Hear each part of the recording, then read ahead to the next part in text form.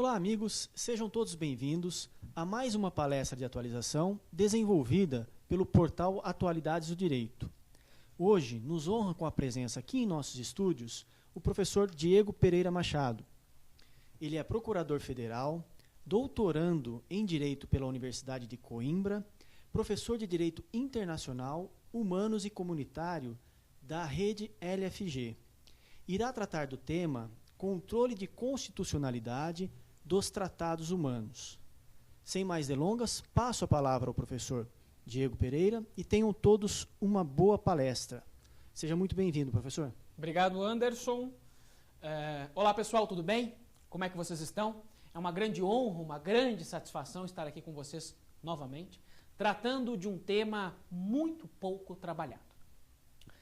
O controle de constitucionalidade dos tratados internacionais no Brasil, nós temos poucas decisões no Supremo Tribunal Federal. Nós temos muito pouco deste tema nos livros sobre direito constitucional. Os manuais de direito constitucional, muitos sequer mencionam o controle de constitucionalidade dos tratados internacionais, salvo quando tratam do recurso extraordinário. Até mesmo livros especificamente de controle de constitucionalidade pecam neste ponto. Não versam sobre a constitucionalidade dos tratados internacionais. E é um tema riquíssimo, importantíssimo, raro quanto à abordagem, mas extremamente interessante, mas extremamente importante. Poderíamos falar por 3 ou 5 horas, no mínimo, e ainda faltaria tempo sobre o controle de constitucionalidade dos tratados internacionais. Vamos, neste curto espaço de tempo, tecer as considerações sobre os principais pontos. É ou não possível o controle de constitucionalidade dos tratados internacionais? Qual a classificação? Como é que ocorre? Vamos refletir um pouco nesta palestra de atualização. Tudo bem? Tudo tranquilo? Vejam o quão árdua é a nossa missão de abordar um tema muito raro, muito pobre. Não o tema em si, mas a abordagem dele na doutrina. Inclusive a doutrina especializada. Ok? Para eu começar a trabalhar sobre esse tema, nós temos que partir de alguns conceitos introdutórios, de algumas premissas básicas. Bem, nós temos hoje no Brasil, hoje não, sempre tivemos, mas hoje o Brasil está calcado em um ordenamento jurídico. Nós, teoricamente, formalmente, estamos organizados dentro de uma ordem jurídica, dentro de um ordenamento jurídico. Se nós estamos organizados dentro de um ordenamento jurídico, quer dizer que nós temos um sistema. Nós temos uma ordem, um ordenamento sistematizado, organizado. Se eu parto da premissa de que nós temos um ordenamento jurídico, teoricamente organizado, que compõe um sistema jurídico, eu parto de ordenamento, de organização, chego em sistema, logo eu vou para a unidade. Como assim? O nosso sistema jurídico, o nosso ordenamento jurídico, ele representa uma unidade. Como assim unidade? Ele é um ordenamento harmonioso, compatível, ou ao menos precisa ser harmonioso ou compatível. O que isso quer dizer? As normas e as fontes que compõem o nosso ordenamento jurídico, elas devem coabitar o nosso território, o nosso ordenamento, de forma harmoniosa. Elas devem ser compatíveis entre si. Principalmente quando eu levo em consideração normas inferiores e normas superiores.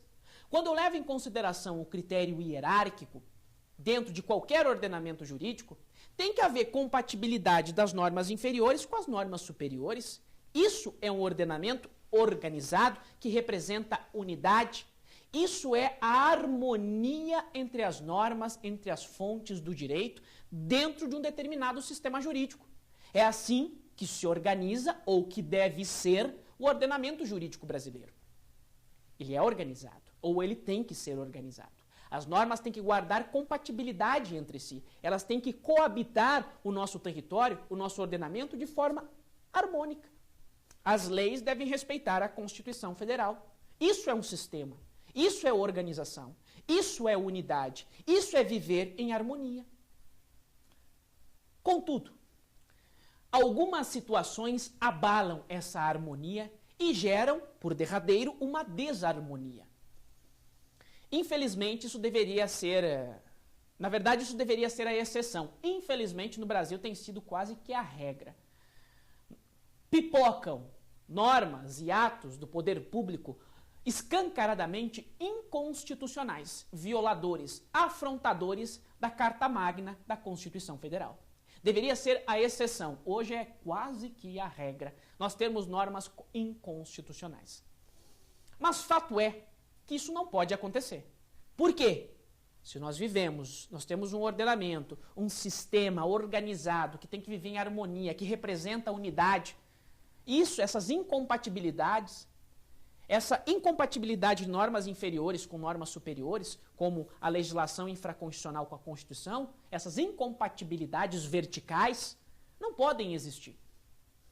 Por isso que o ordenamento jurídico brasileiro tem mecanismos utilizados para devolver a harmonia. Mecanismos previstos na Constituição Federal e criados pelo Poder Constituinte originário de primeiro grau.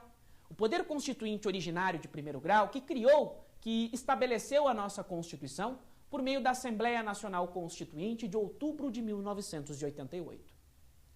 Claro que as constituições anteriores, desde 1824, 1891, 1934, 1937, 1946, 1967, 1969, a emenda de 1969, até a Constituição de 1988, cada Constituição tinha os seus mecanismos para assegurar essa harmonia do sistema, essa unidade, essa compatibilidade das normas de um sistema jurídico, de um ordenamento jurídico.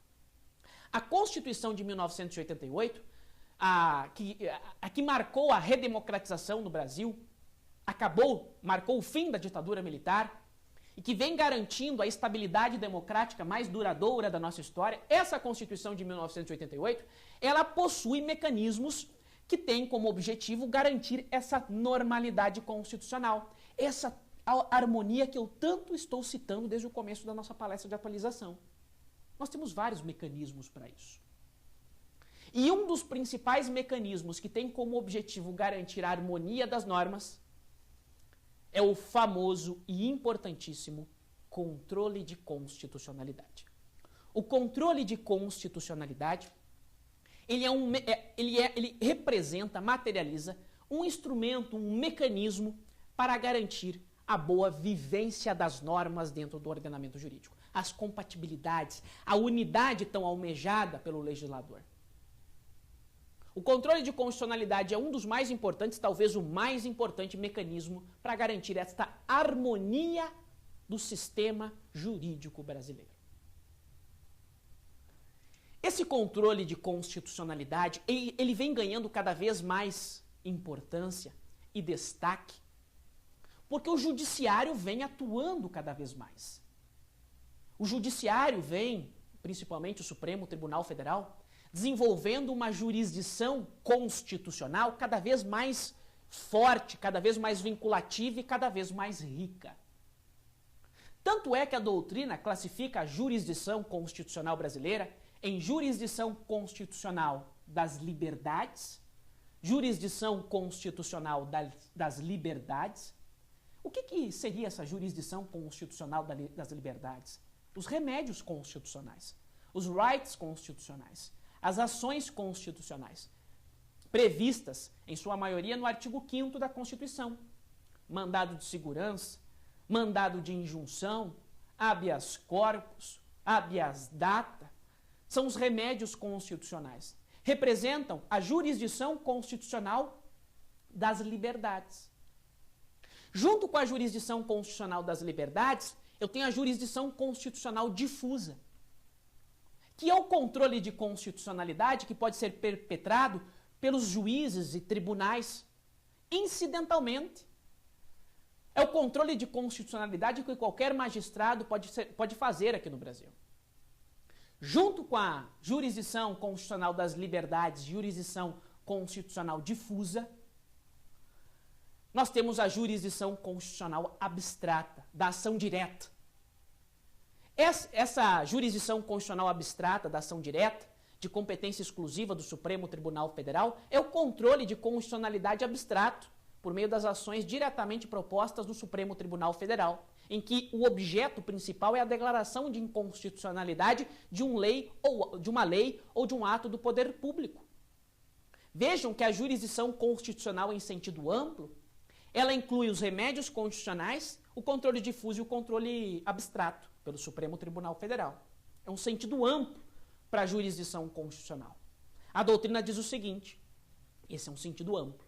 Se eu levar em consideração um sentido estrito da jurisdição constitucional, um sentido estrito da jurisdição constitucional seria o controle abstrato pelo Supremo Tribunal Federal. Mas, em síntese, essa jurisdição constitucional ela vem ganhando cada vez mais importância. O judiciário vem se destacando, principalmente frente às omissões do Legislativo e do Executivo. Dessa situação brota o famoso ativismo judicial. Esse ativismo judicial, analisando algumas decisões do Supremo Tribunal Federal, especialmente alguns votos do ministro Gilmar Mendes, vem demonstrando ser cada vez mais criativo.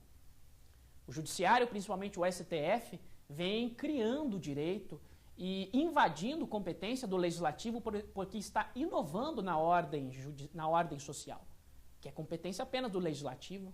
É um perigo do ativismo judicial exacerbado. Grandes professores, como o professor Luiz Roberto Barroso, ele afirma: o ativismo judicial tem que ser utilizado com temperamentos, somente quando for necessário. Ok? Mas vejam, fato é, vamos deixar esse debate para outro momento, outra palestra de atualização, fato é que a jurisdição constitucional cresce cada vez mais. Fato é que o controle de constitucionalidade ganha cada vez mais importância por causa das omissões do Legislativo e do Executivo e por causa das ações, das leis e dos atos inconstitucionais do Legislativo e do Executivo. O controle de constitucionalidade é talvez o mecanismo ou o instrumento mais importante para garantir a harmonia do sistema do ordenamento jurídico brasileiro. Só que quando eu falo em controle de constitucionalidade, eu tenho que aceitar dois requisitos básicos. Para eu falar em controle de constitucionalidade em qualquer estado, vamos pegar o estado, a República Federativa do Brasil, para eu falar em controle de constitucionalidade aqui no Brasil, eu tenho que aceitar, eu tenho que partir de duas premissas, de dois requisitos. Primeiro, é a supremacia da Carta Magna, a supremacia da Constituição. Se eu falo em controle de constitucionalidade, eu tenho que aceitar que no Brasil existe, se adota a supremacia da Constituição. Numa visão kelsciana de Hans Kelsen, de que na pirâmide normativa, quem está na ponta de cima é a norma constitucional. E essa supremacia constitucional, ela é aceita e é adotada aqui no Brasil de forma expressa. É o primeiro requisito, primeira premissa para nós aceitarmos um controle de constitucionalidade aqui no Brasil. A supremacia da norma constitucional. Influenciada pelo princípio da força normativa, desenvolvido por Conrad Hess. Essa força normativa da Constituição é um sucedâneo da supremacia constitucional. Então, primeiro requisito, primeira premissa para eu aceitar um controle de constitucionalidade no Estado, no caso brasileiro, é a supremacia da Constituição, amplamente aceita pela jurisprudência e pela doutrina. Eu apenas destaco o seguinte: alguns autores já vêm falando em direito supraconstitucional.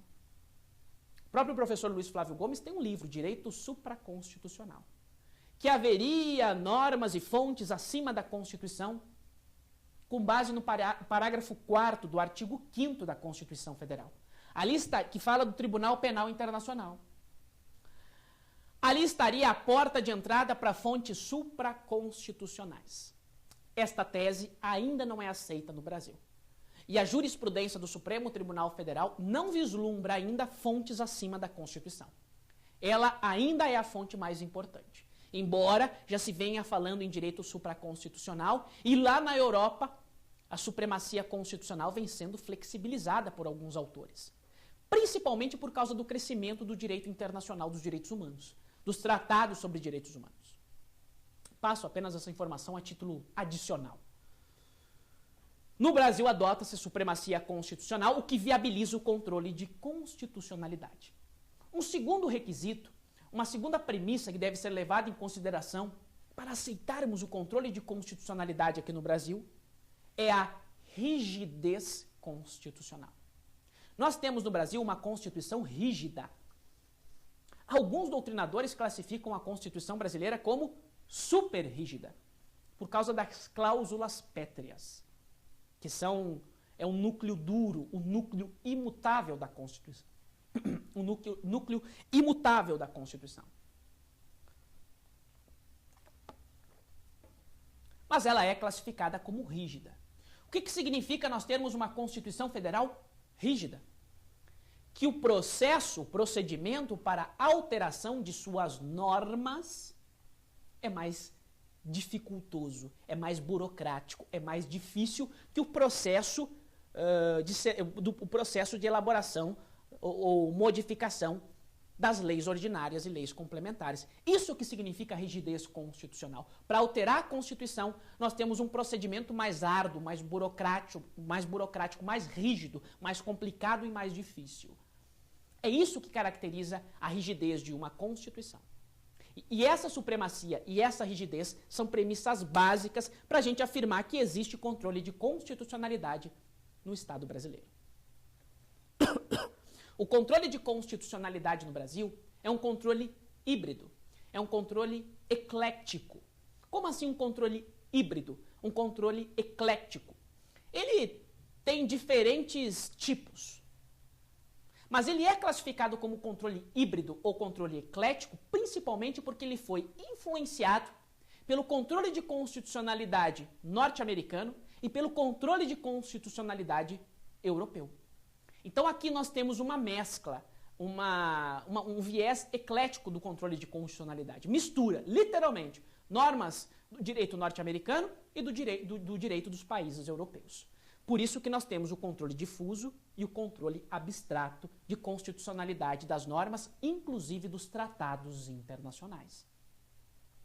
Eu apenas destaco o seguinte, lá na Europa é comum nós termos um tribunal, uma corte constitucional apartada, separada do Poder Judiciário, e é ela que faz o controle abstrato de constitucionalidade. Somente ela, em alguns países europeus. É um tribunal constitucional apartado do Poder Judiciário. Isso inspirou o modelo brasileiro. Só que no Brasil a gente não tem um tribunal constitucional apartado. Essa figura do tribunal constitucional que faz esse controle concentrado, abstrato de constitucionalidade, foi incutida nas competências do Supremo Tribunal Federal, que faz parte do Poder Judiciário. Vejam a diferença do modelo europeu e do modelo brasileiro. Mesmo assim, o modelo europeu influenciou o controle de constitucionalidade aqui no Brasil. Nós vamos agora tecer considerações sobre a classificação do controle de constitucionalidade para ingressarmos de forma direta nos tratados internacionais. Tudo bem? Forte abraço.